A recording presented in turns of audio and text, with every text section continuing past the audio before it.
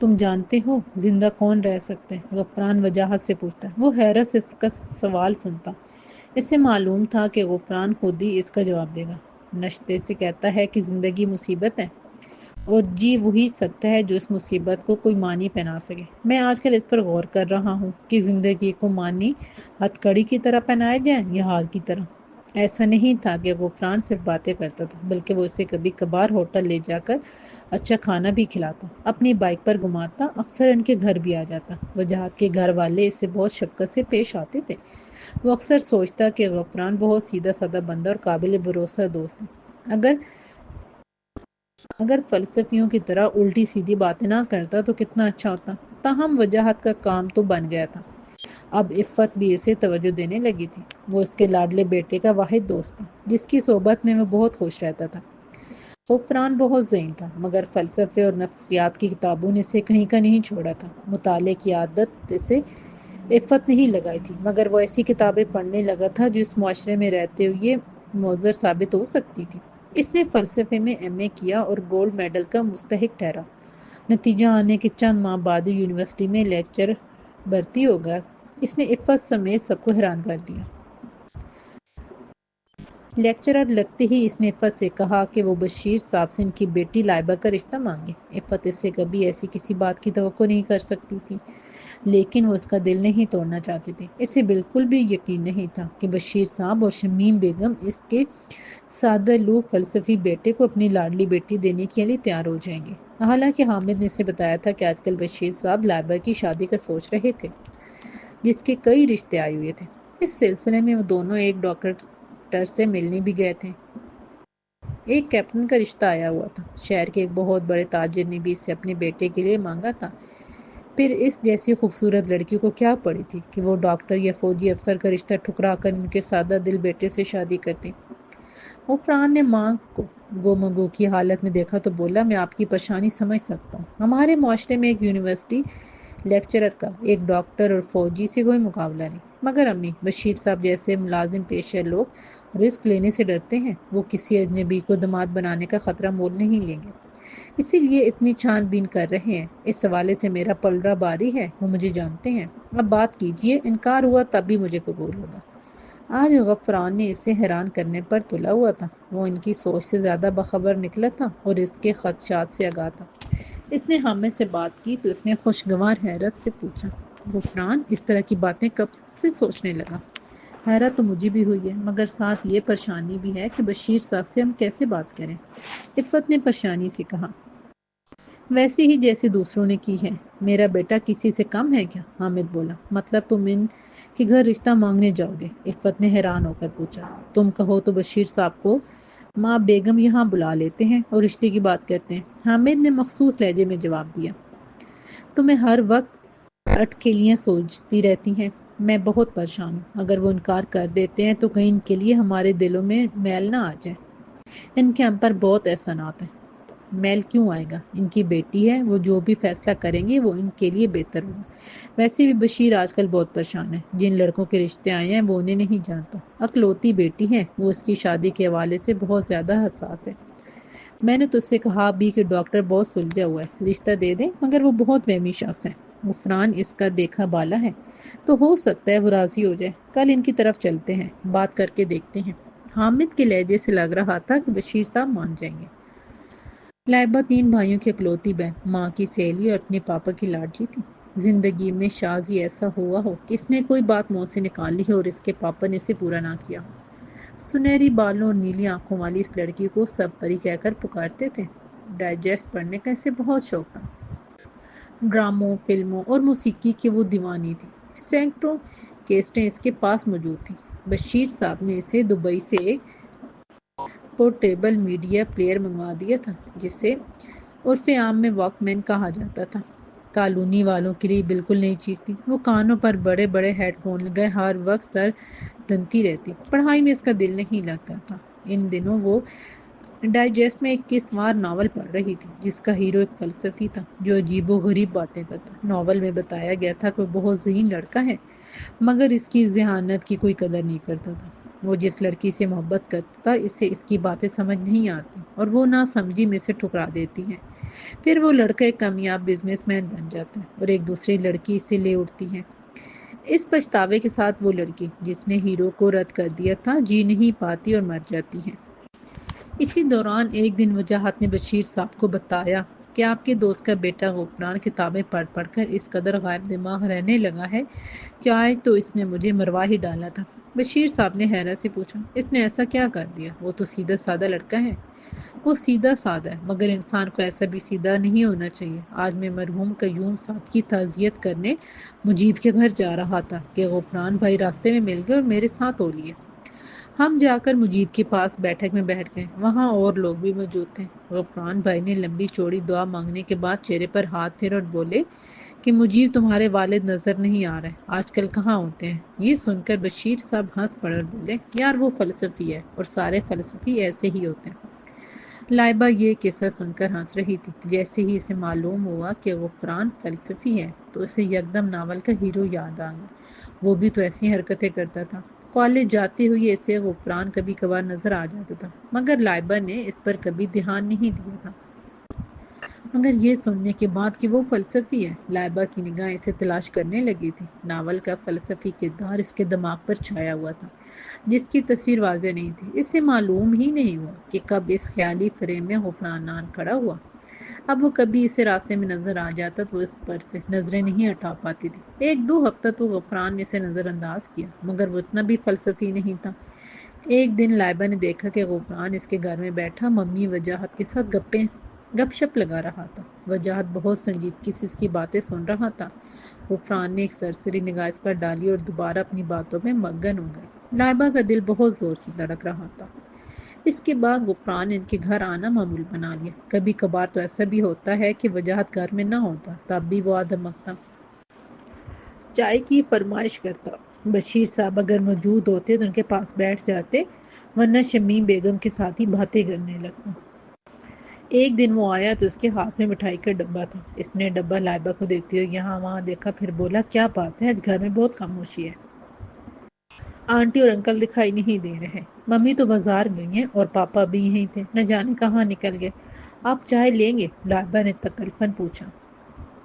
غفران کو سامنے پا کر اسے بہت گھبراہٹ ہو رہی تھی۔ چائے تو نہیں، البتہ آپ سے مدد ضرور لوں گا۔ لائبہ نے حیران ہو کر اسے دیکھا۔ بات یہ ہے لائبہ، ہم انسان ہیں اور ہماری زندگی کے مختلف ادوار ہیں، بچپن، لڑکپن، جوانی اور بڑھاپا۔ زندگی کی گاڑی دھکیلنے کے لیے جوانی میں ہمیں کام کرنا پڑتا ہے۔ جیسا کہ یہ مٹھائی کا ڈبہ آپ کے ہاتھ میں ہے، یہ وہی کام ملنے کی خوشی میں۔ میں یونیورسٹی میں فلسفے کا لیکچرر منتخب ہو گیا ہوں۔ آپ کو پتہ ہے اگلے مرحلے میں کیا ہوگا؟ اس معاشرے کی روایتی ماؤں کی طرح میری ماں بھی خوش ہونے کی بجائے پریشان ہو جائیں گی۔ آنٹی کیوں پریشان ہوں گی؟ وہ تو آپ کی اس کامیابی پر بہت خوش ہوں گی، لائبہ نے بول پن سے کہا۔ خوش کہاں ہوں گی، ان کو تو فکر لگ جائے گی کہ اب میرا کیا ہوگا۔ وہ گہرا سانس لے کر بولا۔ لائبہ نے الجھن بھری نظروں سے اسے دیکھا، اور اکثر مائیں فکر مندی کا شکار ہو کر بہت غلط قدم اٹھا دیتی ہیں۔ ہو سکتا ہے میری زندگی تباہ ہو جائے، اس سلسلے میں فقط آپ میری مدد کر سکتی ہیں، میری زندگی تباہ ہونے سے بچا سکتی ہیں۔ لائبہ حیرت سے بیکی بیکی باتیں کرتے اس فلسفی کو دیکھ رہی تھی، جس کے چہرے پر کسی بچے کی سی معصومیت تھی۔ میں کیسے آپ کی مدد کر سکتی ہوں؟ آپ مجھ سے شادی کر لیں، اس نے جھٹ سے کہا، اور لائبہ کے ہاتھ سے مٹھائی کا ڈبہ گرتے گرتے بچا۔ اس کا سرخ ہوتا چہرہ دیکھ کر بولا، آپ یہ چاکلیٹ لیں۔ اس نے جیب سے چاکلیٹ نکال کر اسے پکڑائی۔ اگر آپ کا جواب ہاں میں ہے تو چاکلیٹ کھا کر آپ اس کا ریپر سامنے دیوار میں جو سوراخ ہے نا، اس میں رکھ دیجیے گا، میں سمجھ جاؤں گا۔ اور اگر میں آپ کو قبول نہیں تو آپ اسے کچرے میں پھینک دیجیے گا۔ یہ کہہ کر وہ روبوٹ کی طرح موڑا اور چلا گیا، جبکہ لائبہ وہیں بت بنی کھڑی تھی، چونکی۔ تب جب بشیر صاحب کی آواز سنائی دی، یہ مٹھائی کون لایا ہے؟ انہوں نے اس کے ہاتھ میں پکڑے ہوئے ڈبے کو دیکھ کر کہا، یہ حامد انکل کا بیٹا لے کر آیا تھا، وہ یونیورسٹی میں لیکچرر لگ گیا ہے، اس نے چاکلیٹ چھپاتے ہوئے بتا دیا۔ بھائی یہ تو کمال ہو گیا، اب بھی چند ماہ پہلے تو اس نے ایم اے پاس کیا ہے، اب دیکھو اسے نوکری بھی مل گئی، بہت قابل لڑکا ہے، بہت ترقی کرے گا۔ اس دن پہلی بار ان کے دل میں یہ خیال آیا کہ انہوں نے اپنے بیٹوں کی پڑھائی پر توجہ نہیں دی۔ وجاہت نے بمشکل میٹرک کیا، شجاعت نے ایف اے کر لیا تھا، مگر ایسے ایف اے کا کیا فائدہ کہ وہ ٹھیک سے اخبار بھی نہیں پڑھ سکتا تھا۔ بس چھوٹا عادل تھا جس نے بی اے کا کیا تھا، اب وہ اپنے سسر کے پاس سویڈن میں تھا۔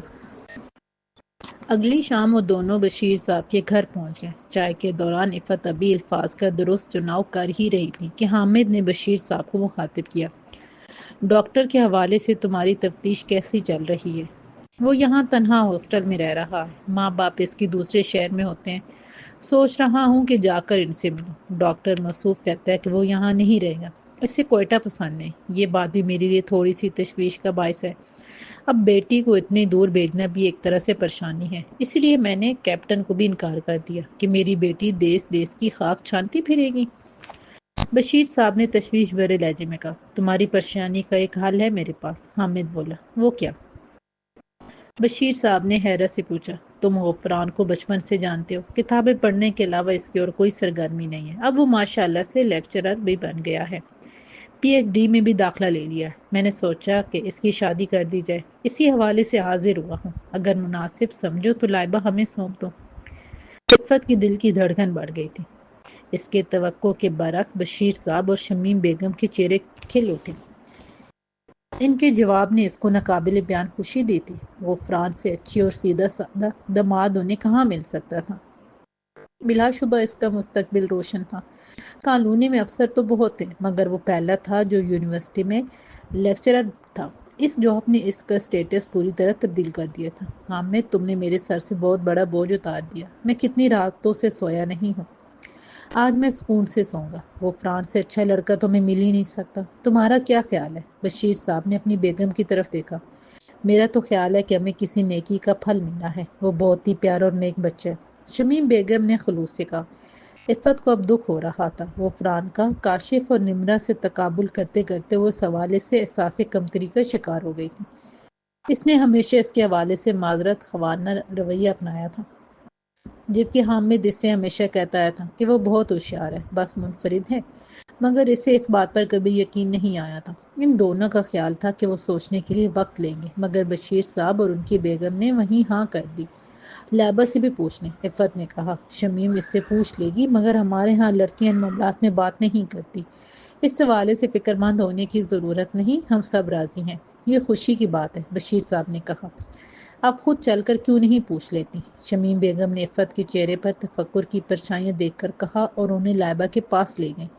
وہ کوئی ڈائجسٹ پڑھ رہی تھی، بکھلا کر اٹھ کھڑی ہوئی۔ شمیم بیگم نے اس سے کہا، تمہاری آنٹی غفران کا رشتہ لے کر آئی ہیں اور تمہارا فیصلہ جاننا چاہتی ہیں۔ یہ کہہ کر وہ کمرے سے نکل گئی۔ عفت نے لائبہ کے سر پر ہاتھ پھیرا اور بولی، بیٹا میں چاہتی ہوں کہ تم بغیر کسی دباؤ کے اس رشتے کو خوشی خوشی قبول کرو۔ جی آنٹی، ایسا ہی ہوگا، اس نے سادگی سے کہا اور عفت کو شرمندگی نے گھیر لیا۔ اسے غیروں سے معلوم ہو رہا تھا کہ اس کا بیٹا کتنا خاص ہے۔ وجاہت نے جب یہ خبر سنی تو اس کے ہاتھوں کے طوطے اڑ گئے۔ وہ غفران کا کندھا استعمال کر کے نمرہ تک پہنچنا چاہتا تھا، مگر وہ جان ہی نہ پایا کہ زینہ تو وہ خود ہے جس کا سہارا لے کر غفران اپنی منزل تک پہنچا تھا۔ اسے خود پر ہنسی آ رہی تھی کہ وہ غفران کو بہت سادہ سمجھتا تھا، مگر سادگی میں اس نے کیا ہاتھ دکھایا تھا۔ بہرحال وہ اس رشتے پر خوش تھا، نمرہ سے اس کی رشتہ داری ہونے جا رہی تھی۔ پھر کافی عرصے بعد وہ غفران کے گھر گیا۔ نمرہ پر نگاہ پڑتے ہی اس کا دل تیزی سے دھڑکنے لگا۔ یہ وہ لڑکی تھی جو گھنٹوں اس کے پاس کھڑی رہتی تھی اور اس نے کبھی اس کے لیے کوئی جذبہ محسوس نہیں کیا۔ مگر کاشف کے جانے کے بعد نہ جانے ایسا کیا ہوا کہ وہ اس کے حواس پر سوار ہو گئی۔ اس کا خیال تھا کہ وہ اسے ایک نظر دیکھ لے گا تو اس کے دل کو قرار آ جائے گا، مگر اس کی بے قراری بڑھ جاتی تھی۔ نمرہ نے اسے دیکھا تو تیزی سے اس کی طرف آئی۔ لگتا ہے تم برا مان گئے ہو، اس نے آتے ہی کہا۔ میں ایسے لوگوں کی باتوں کا برا نہیں مانتا جن کی عقل پہلے سے کاف میم کا سابقہ لگا ہو۔ میں سمجھی نہیں، لائبہ نے آنکھیں سکیٹ کر کہا۔ میں بھی نہیں سمجھا کہ کس بات کا میں برا مانوں گا۔ میں نے ونڈو انسٹال کرنا جو سیکھ لی ہے، نمرہ نے اتراتے ہوئے کہا۔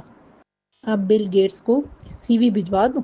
اسے تم جیسی صلاحیت لوگوں کی ضرورت ہے، وہ اپنی جون میں لوٹ آیا تھا۔ لگتا ہے تمہیں اس نے کوئی جواب نہیں دیا جو ابھی تک کلرکی کر رہے ہو، نمرہ نے کمر پر ہاتھ رکھ کر کہا تو وہ بے اختیار ہنس پڑا۔ کاشف بھائی کے جانے کے بعد تم نے چکر ہی نہیں لگایا، اسی لیے پوچھا، اس نے سنجیدہ ہوتے ہوئے کہا۔ نمرہ بی بی، کسی کے گھر جانے کے لیے وجہ کا ہونا ضروری ہے۔ تم نے ونڈو انسٹال کرنا سیکھ لی، کاشف بھی چلا گیا، تو میں یہاں آ کر کیا کرتا؟ تمہاری لین ترانیاں سننے آتا۔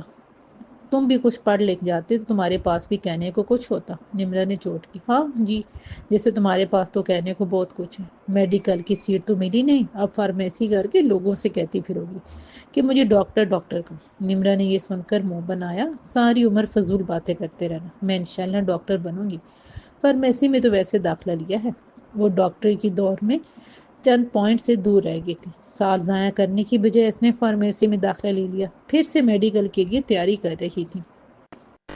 کوئٹہ سے سیٹ لینا جو یہ شعر لانے کے مترادف تھا۔ ہاں جی بالکل، تم ہم پر اینٹیں پھینکو اور جواب میں پتھر ہے تو اسے فضول کرا دے ڈالو۔ میں غفران بھائی سے ملنے آیا تھا اور تم سے ملاقات ہو گئی۔ تم نے بہت خاطر تواضع کر لی، اب میں چلتا ہوں۔ چلتے کہاں ہو، میں تمہیں اچھی سی چائے پلاتی ہوں۔ آخر کو میرے بھائی کے سالے ہو اور سالوں کا بھی بڑا حق ہوتا ہے، نمرا نے شرارت بھرے لہجے میں کہا۔ زیادہ شیخی نہ بگاڑو، یہ نہ ہو کہ میں بہنوئی کو سالہ بنا لوں۔ بے اختیار یہ الفاظ وجاہت کے منہ سے ادا ہوئے اور اس کے ساتھ ہی اس نے اپنی آنکھیں میچ لی۔ جب آنکھیں کھولی تو دیکھا نمرا ایسے گور رہی تھی۔ وجاہت صاحب، آپ کن ہواؤں میں ہیں؟ کون سی خوش فہمیاں پال لی ہیں؟ سوچیے گا بھی نہیں کہ میں کسی تھرڈ ڈویژنر سے شادی کروں، چاہے وہ اپنے زمانے کا بل گیٹس ہی کیوں نہ ہو۔ نمرا نے تند لہجے میں کہا۔ او بی بی، مجھے بھی ایسی گھمنڈی لڑکی نہیں چاہیے جس کا دماغ ساتویں آسمان پر ہو، جس کی حماقت کا یہ عالم ہو کہ آدمی کو جانچنے کا پیمانہ اس نے فرسٹ کلاس ڈویژن کو بنایا ہوا ہو۔ چائے والی پیشکش ابھی تک برقرار ہے یا میں جاؤں؟ وجاہت نے ایک طرف کرسی پر بیٹھتے ہوئے کہا۔ نمرا اس کے لیے چائے بنا کر لے آئی۔ اتنی دیر میں عفت بھی آ گئی۔ جب وہ عفت سے باتیں کرنے لگا تھا تو اسے محسوس ہوا تھا کہ نمرا چپکے چپکے سے دیکھ رہی ہے۔ اس بات کو کافی دن گزر گئے۔ وہ نمرا سے ملنا چاہتا تھا مگر اس کا سامنا کرنے کی اس میں ہمت نہیں تھی۔ اس دن وہ دفتر سے واپس آ رہا تھا کہ راستے میں غفران مل گیا۔ اچھا ہوا تم مجھے مل گیا، غفران نے مصافحہ کرتے ہوئے کہا۔ نمرا تمہیں بلا رہی تھی، اسے کوئی کام تھا؟ اس سے مجھ سے کیا کام ہے؟ وجاہت نے حیرت سے پوچھا۔ کام کا تو مجھے اس نے نہیں بتایا، تم خود جا کر معلوم کر لو۔ کمپیوٹر کا ہی کوئی مسئلہ ہوگا، غفران نے کہا۔ میں عصر کے بعد آپ کی طرف آتا ہوں۔ اس کا دل خوشی سے بلیوں اچھل رہا تھا۔ عصر کے بعد جب ان کے گھر پہنچا تو نمرا کو سامنے پا کر شوخی سے بولا، جی میڈم، آپ نے مجھے بلایا تھا۔ مجھے کوئی ضروری بات کرنی تھی، اس لیے بلایا۔ امی آتی ہوں گی، ان کے سامنے بات نہیں ہو سکتی، اسی لیے میں بغیر کسی تمہید کے تم سے یہ پوچھنا چاہتی ہوں کہ کیا تم مجھے پسند کرتے ہو؟ وجاہت کم از کم اس سوال کے لیے ہرگز تیار نہیں تھا۔ کچھ توقف کے بعد بولا، مانو تم میرے دوست کی بہن ہو اور میری بہن بھی آ کر اسی گھر میں آئے گی۔ ہمیں ایسی باتیں نہیں کرنی چاہیے۔ یہ میرے سوال کا جواب نہیں، جو پوچھا ہے اس کا جواب دو۔ آج پہلی مرتبہ وجاہت کی بولتی اس کے سامنے بند ہو گئی تھی۔ نمرا سمجھ گئی اور بولی، وجاہت، اگر میں تمہیں پسند ہوں تو تمہیں مجھ سے شادی کر لینی چاہیے۔ اس کے لیے تمہیں آگے پڑھنا پڑے گا، اچھی سرکاری نوکری تلاش کرنی پڑے گی۔ تم جیسے ہو مجھے منظور ہو، مگر میرے ماں باپ شاید اس رشتے کے لیے راضی نہ ہوں گے۔ ایک تو بہن بھائی کا رشتہ ایک ہی گھر میں کرنا ہمارے ہاں معجوب سمجھا جاتا ہے، اور دوسرے تمہارے اپنے مستقبل کے حوالے سے لاپرواہی اس معاملے کو پیچیدہ بنا دے گی۔ اگر تم واقعی مجھ سے محبت کرتے ہو تو اس کی قیمت ادا کرو، ورنہ ہم اس باب کو یہیں بند کر دیتے ہیں۔ وجاہت نے پیشانی سے پسینہ صاف کیا اور بولا، میں اپنی بھرپور کوشش کروں گا۔ یہ کہہ کر وہ وہاں سے نکل آیا۔ نمرا اپنے ماں کی جدوجہد کی کہانی سن کر بڑی ہوئی تھی۔ انہوں نے اسے بتایا تھا کہ مرد ہمیشہ سے لاپرواہ اور غافل رہے ہیں، یہ عورتوں کا کام ہے کہ انہیں خواب غفلت سے جگائیں۔ مرد اپنی ذات کے لیے کچھ بھی نہیں سوچ سکتا۔ اس سے کام کروانے کے لیے ضروری ہے کہ اس پر کوئی ذمہ داریاں ڈالی جائیں اور اسے یاد دہانی کروائی جائے کہ اس کے ساتھ جڑے لوگوں کا مستقبل اس کے مستقبل سے وابستہ ہے۔ ایک مرتبہ وہ یہ بات سمجھ گیا تو وہ دل جان سے کام کرنے میں جت جائے گا۔ عفت نے اسے اپنی مثال دی۔ حامد سے اس کی منگنی بچپن میں ہو گئی تھی۔ جب شادی کا وقت قریب آیا تو اس نے حامد کو بلا کر صاف کہہ دیا تھا کہ وہ اس ڈگ کے ایسے مکان میں نہیں رہے گی جس کے 2 کمرے 7 لوگوں کے استعمال میں ہیں۔ وہ کبھی بھی ایک ایسے شخص سے شادی نہیں کرے گی جو ایسی دکان سنبھالے جس کے مزید 4 وارث موجود ہوں اور جس سے اتنی آمدنی بھی حاصل نہ ہوتی ہو کہ وہ اپنے لیے ڈھنگ کے کپڑے اور جوتے لے سکے۔ اگر وہ عفت سے شادی کرنا چاہتا ہے تو اسے کوئی اور کام کرنا ہوگا۔ حامد کے ماں باپ اس کی اتنی دور نوکری کے حق میں نہیں تھے، وہ خود بھی تیار نہیں تھا، مگر عفت جانتی تھی کہ اس کا یہاں سے نکلنا بہت ضروری ہے۔ اس نے حامد کو سمجھایا کہ یہاں رہ کر وہ کبھی ترقی نہیں کر سکے۔ اس کا فیصلہ ہر لحاظ سے درست ثابت ہوا۔ آج ڈپٹی سیکریٹری حامد نے اپنے بھائیوں کی مدد کی اور انہیں ان کے پاؤں پر کھڑا کیا۔ نمرہ اس بات کی گواہ تھی کہ عفت نے انہیں تمام آسائشیں فراہم کی، مگر ساتھ ان کی تعلیم و تربیت کا بھی خصوصی اہتمام کیا۔ یہی وجہ تھی کہ اس کے بھائی ساری کالونی والوں کے لیے ایک مثال تھے۔ خاندان بھر میں ان کی تعریف ہوتی تھی۔ وہ خود صرف چند پوائنٹ سے ڈاکٹر بننے سے رہ گئی تھی۔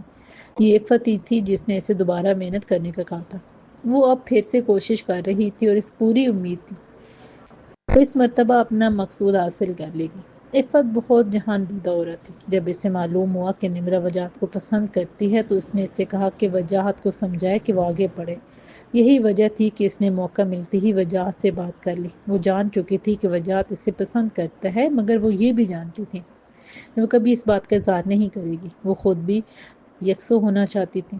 عفت نے اسے کہا تھا کہ میں یا حامد کبھی بھی تمہاری راہ کی رکاوٹ نہیں بنیں گے۔ حتمی فیصلہ بہرحال تمہارا ہوگا۔ بس فیصلہ کرتے ہوئے اپنے باپ کو یاد رکھنا جو تمہاری ماں کے لیے ان پہاڑوں میں آ کر بس گیا ہے۔ عفت اپنے بچوں کو ہمیشہ یوں ہی پر اعتماد بنایا کرتی تھی۔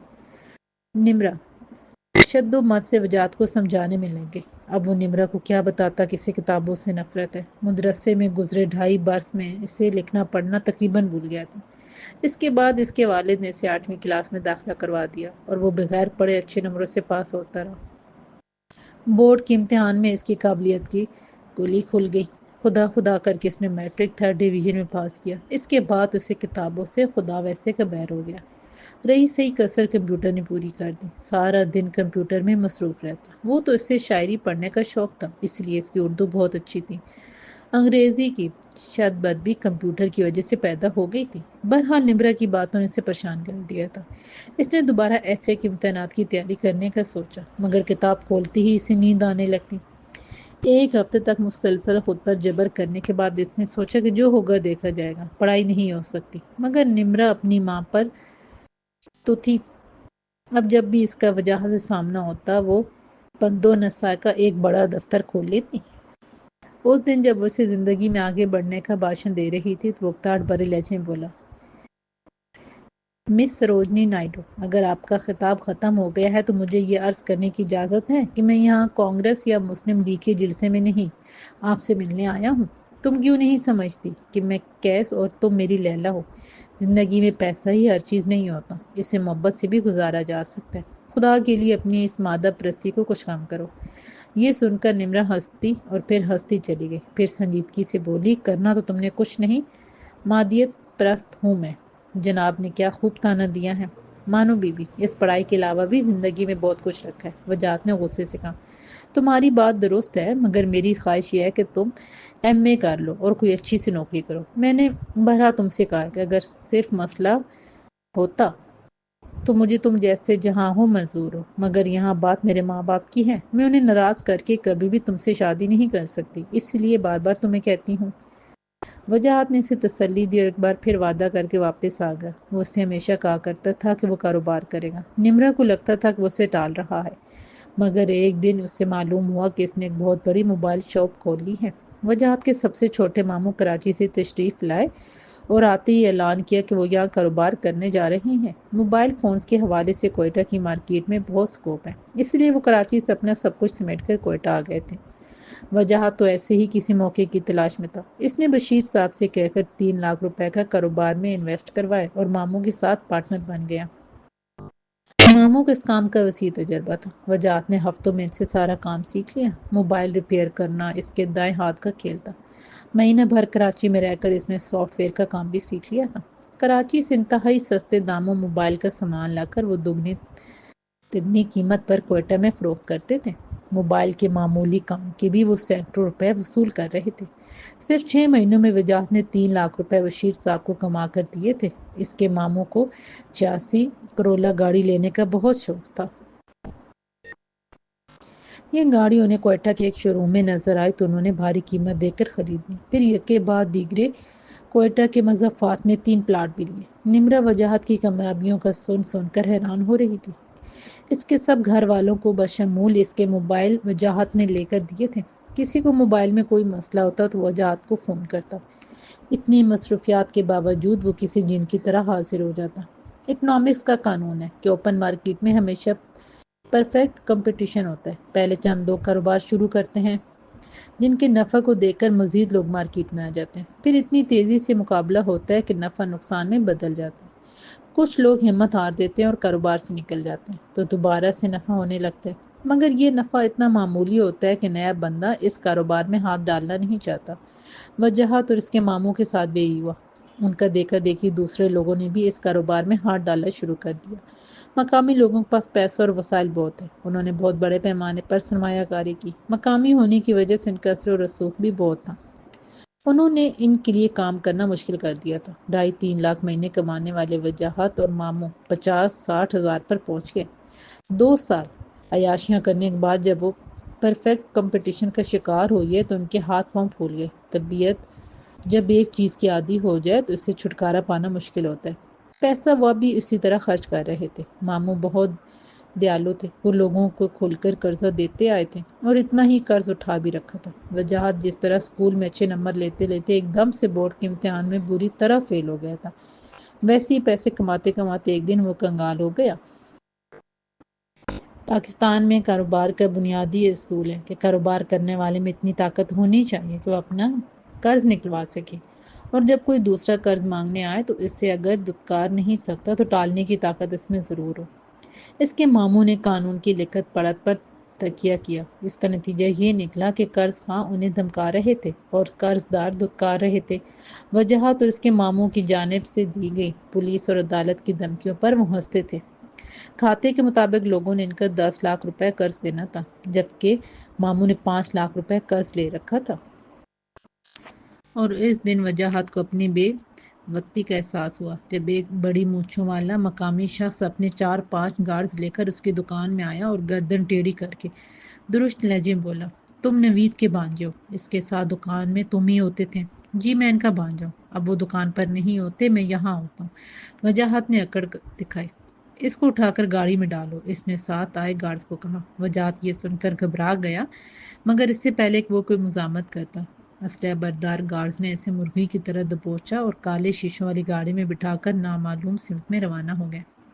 میرا نام رئیس ہے، تمہارے ماموں میرے پیسے لے کر بھاگ گیا ہے، مجھے بتاؤ وہ بھگوڑا کہاں ہے، میں اسے پتال سے بھی ڈھونڈ لاؤں گا، اس شخص نے غضبناک لہجے میں کہا۔ وجاہت کا حل خشک ہو چکا تھا، وہ بہت ڈرا ہوا تھا، اس طرح کی صورتحال سے اس کا کبھی واسطہ نہیں پڑا تھا۔ جب وہ بولا تو پوری کوشش کی کہ اس کے جسم کی کپکپاہٹ اس کی آواز میں شامل نہ ہو۔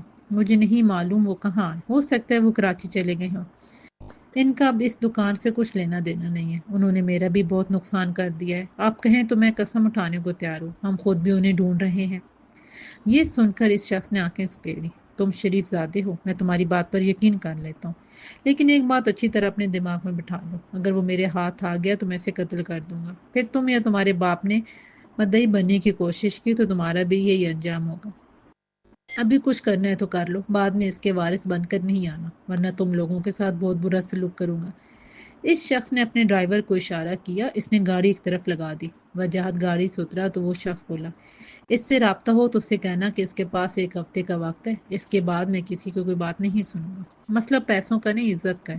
یہ کہہ کر اس شخص نے ڈرائیور کو چلنے کا کہا۔ اس کی تیور دیکھ کر وجاہت گھبرا گیا تھا۔ مغرب کے بعد کا وقت تھا، ہوا میں خنکی تھی، مگر وہ پسینے سے شرابور تھا۔ وہ تیز تیز قدموں سے چلتا ہوا واپس آیا، دکان کے گرے ہوئے شٹر کو تالا لگایا جو ساتھ والے دکاندار نے نیچے کر دیا تھا۔ اسے دیکھ کر دکاندار وہاں سے اکٹھے ہو گئے اور اس سے سوال کرنے لگے۔ وہ انہیں ٹال کر گھر کی طرف چل پڑا، بہت مشکل سے وہ اپنے آنسو روکے ہوئے تھا، غصے سے اس کا جسم تپ رہا تھا۔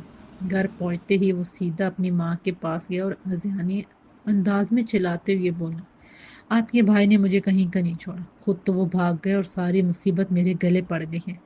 روزانہ دسیوں لوگ قرضے کے پیسے مانگنے آ جاتے ہیں، آج تو ایک شخص مجھے گھسیٹ کر گاڑی میں بٹھا کر لے گیا، وہ تو میری قسمت اچھی تھی کہ اس نے مجھے چھوڑ دیا، ورنہ آپ لوگ مجھے ڈھونڈتے رہ جاتے۔ اس نے کہا ہے کہ اگر اس کے پیسے واپس نہ کیے گئے تو وہ ماموں کو قتل کر دے گا۔ یہ سنتے ہی وہ سر پکڑ کر کرسی پر ڈہ گئی۔ یہ دیکھ کر وجاہت اپنے حواس میں آ گیا۔ جلدی سے اس نے دراز میں سے گولیوں کا ایک پتہ نکالا، گلاس میں پانی ڈالا اور بمشکل ان کو دوائی کھلائی، جو بلڈ پریشر کے مرض میں مبتلا تھی۔ جب ان کی حالت کوئی سنبھلی تو وہ رونے لگی اور بولی، تم نے یہ سب پہلے مجھے کیوں نہیں بتایا؟ اب بتایا تو کون سا آپ نے مسئلے کا حل نکال لیا؟ آپ کی حالت دیکھ کر تو میں اور پریشان ہو گیا ہوں اور سوچ رہا ہوں کہ میں نے آپ کو یہ سب کیوں بتایا۔ اور ظالم کون تھا؟ خدا اس کے ہاتھ پاؤں توڑے، اسے اندھا کر دے، اس کو زمین میں دسا دے۔ شمیم بیگم مسلسل بددعائیں دیے چلی جا رہی تھی۔ ان کو سنبھلتا دیکھ کر اس کی جان میں جان آئی تھی۔ جب بشیر صاحب کو اس بارے میں معلوم ہوا تو ان کے ہاتھ پاؤں پھول گئے۔ انہوں نے فوراً وجاہت سے نمبر لے کر اس شخص کو کال ملائی اور اس سے اپنا تعارف کروایا۔ اس نے مہذب انداز میں ان سے حال چال پوچھا تو بشیر صاحب کو کچھ حوصلہ ہوا۔ محترم، آج آپ ہماری دکان آئے اور میرے بیٹے کو گاڑی میں بٹھا کر لے گئے۔ یہ کوئی مناسب بات نہیں ہے۔ آپ کو کوئی مسئلہ تھا تو مجھ سے بات کرتے، بشیر صاحب نے دھیمے لہجے میں کہا۔ بشیر صاحب، میں نہیں جانتا تھا کہ یہ آپ کا لڑکا ہے، اور جو میرے پیسے لے کر بھاگا ہے وہ آپ کا سالہ ہے۔ میں بہت معذرت خواہ ہوں۔ اگر آپ کا لڑکا مجھے بتا دیتا تو میں اس معاملے کو وہیں ختم کر دیتا۔ مجھے اب بھی یقین نہیں آ رہا کہ نوید جیسا فراڈی شخص آپ کا سالہ ہے۔ یہ سن کر بشیر صاحب کو بہت شرمندگی ہوئی اور وہ بولے، رئیس صاحب مجھے بتائیے کہ آپ کے کتنے پیسے اس نے دینے تھے، میں آپ کو کل صبح تک پہنچا دوں گا۔ سر، رقم تو اتنی بڑی نہیں ہے۔ نوید نے میرے 23,000 روپے دینے تھے۔ مسئلہ عزت کا ہے۔ اس نے مجھے چیلنج کیا ہے کہ میں اس سے یہ رقم نکلوا کے دکھاؤں۔ مارکیٹ میں سب میرا مذاق اڑا رہے ہیں کہ باہر سے آیا ہوا بندہ یوں میرے پیسے لے کر بھاگ گیا۔ آپ اپنے بیٹے سے پوچھ لیں، گاڑی میں زبردستی بٹھانے کے علاوہ میں نے اس کے ساتھ کوئی بدتمیزی نہیں کی۔ بشیر صاحب، مسئلہ یہ ہے کہ پہلے تو سب لا تعلقی کا اظہار کرتے ہیں، اور جب بندہ پکڑ میں آ جاتا ہے تو یہی لا تعلق لوگ اس کے وارث بن جاتے ہیں۔ یہ سن کر بشیر صاحب معذرت خانہ انداز میں بولے، اس کی طرف سے میں آپ سے معافی مانگتا ہوں۔ اس نے بہت ہی غلط حرکت کی ہے۔ ابھی تو مجھے بھی نہیں معلوم کہ وہ کہاں ہے، لیکن وہ جیسی میرے ہاتھ آیا میں خود اسے لے کر آپ کے پاس آؤں گا۔ وہ آپ سے معافی مانگے گا، اس بات کا میں وعدہ کرتا ہوں۔ آپ کل اپنا بندہ وجاہت کے پاس دکان پر بھجوا دیجیے گا، یہ اسے رقم دے دے گا۔ شمیم بیگم تشکر بھری نگاہوں سے بشیر صاحب کی طرف دیکھ رہی تھی، جنہوں نے بیک وقت ان کے بیٹے اور بھائی کو بچا لیا تھا۔ اگلے دن وجاہت کی دکان پر پہنچنے سے پہلے رئیس کا بندہ وہاں آیا ہوا تھا۔ وجاہت نے اسے پیسے دے دیے۔ اس بات کا مارکیٹ میں بہت شورا ہوا اور دوسرے قرض خواہوں کو بھی شے ملی۔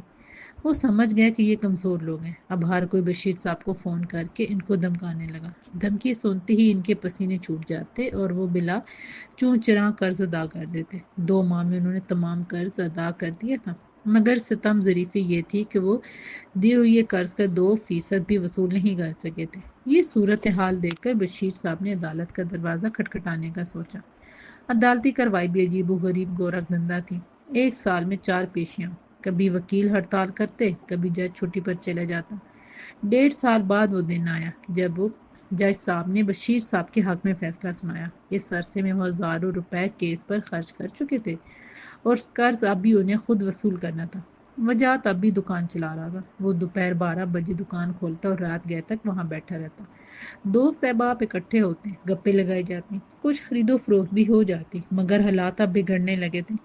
کوئٹہ اب ایک خطرناک شہر بن گیا تھا، جہاں کسی بھی وقت کچھ بھی ہو سکتا تھا۔ ایک دن اس کے ساتھ والی دکان پر ہینڈ گرینیڈ پھینکا گیا، جس میں وہ بال بچا تھا۔ کوئٹہ میں بسنے والوں نے کبھی نہیں سوچا تھا کہ پرامن فضا جو اس وادی کا خاصہ تھی، تہس نہس ہو جائے گی، اور کوئٹہ کی خوبصورت وادی دھماکوں سے گونج اٹھے گی۔ گولیوں کی تڑتڑاہٹ شہر کی رومانویت بھری خاموشی کو قتل کر دے گی۔ 4 سو کا خوف کا پہرا ہوگا۔ جس وادی میں کبھی پانی کے چشمے بہتے تھے، وہاں اب خون بہے گا۔ سب اپنی زندگیوں میں مگن تھے، یہ سب سوچنے کا ان کے پاس وقت نہیں تھا۔ افغان مہاجرین کی آمد نے شہر کا حلیہ تیزی سے بدل دیا تھا۔ روزگار کے مواقع کم ہونے لگے تو غربت نے ڈیرے ڈالے اور تعصب کی دیوی بھی انگڑائی لے کر اٹھ کھڑی ہوئی۔ نشانہ وہ لوگ تھے جو اپنا سب کچھ چھوڑ کر اس شہر میں کے ہو کر رہ گئے تھے۔ اس شہر نے انہیں پناہ دی تھی، عزت کی زندگی گزارنے کا موقع دیا تھا، روزگار اور کاروبار کے دروازے ان کے لیے واقع دیے تھے۔ وہ اپنوں کو بھول کر اس شہر میں بس گئے تھے۔ یہ بھول انہیں بہت مہنگی پڑنے والی تھی۔ کاشف انجینئرنگ کی تعلیم مکمل کر کے واپس آ چکا تھا اور ان دنوں بلوچستان پبلک سروس کمیشن کی جانب سے اعلان کی گئی الیکٹریکل انجینئرنگ کی پوسٹ کی تیاری میں مصروف تھا۔ اپنے مستقبل کے حوالے سے اس کی سنجیدگی دیکھ کر عفت اس کی بلائیں لینے پر مجبور ہو جاتی۔ کام گور اپنے کام سے کام رکھنے والا کاشف ہر دل عزیز تھا۔ وجاہت اس کو محنت کرتا دیکھ کر رشک کرتا تھا۔ اس کا بھی جی چاہتا کہ وہ بھی ایسے ہی کتابوں میں گھس جائے۔